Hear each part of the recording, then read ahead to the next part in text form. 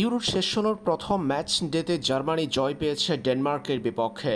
স্বাগতিক জার্মানি ডেনমার্ককে পরাজিত করেছে 2-0 গোলে। ডেনমার্কের বিপক্ষে জার্মানির দুর্দান্ত এই জয়ের পথে গোল করেছেন কেই হাভার্টস এবং জামাল মুসিয়ালা। অন্যদিকে দ্বিতীয় ম্যাচ ডেতে স্পেনের জয় জর্জিয়ার বিপক্ষে।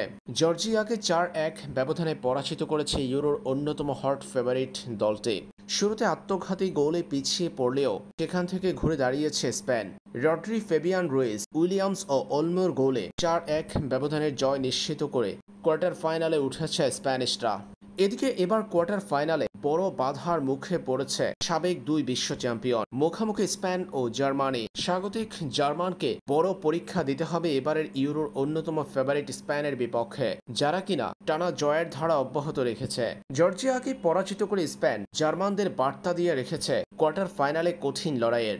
ইউরো চ্যাম্পিয়নশিপের এবারের আসরের কোয়ার্টার ফাইনালে মুখোমুখি 4বারের বিশ্ব চ্যাম্পিয়ন জার্মানি ও 1বারের বিশ্ব চ্যাম্পিয়ন স্পেন। আগামী 5 জুলাই বাংলাদেশ সময় রাত 10টায় শুরু হবে জার্মানি স্পেনের মধ্যকার হাই ভোল্টেজ লড়াইটি। অনেকেই এই লড়াইকে বলছে ইউরোর এবারের আসরের ফাইনাল।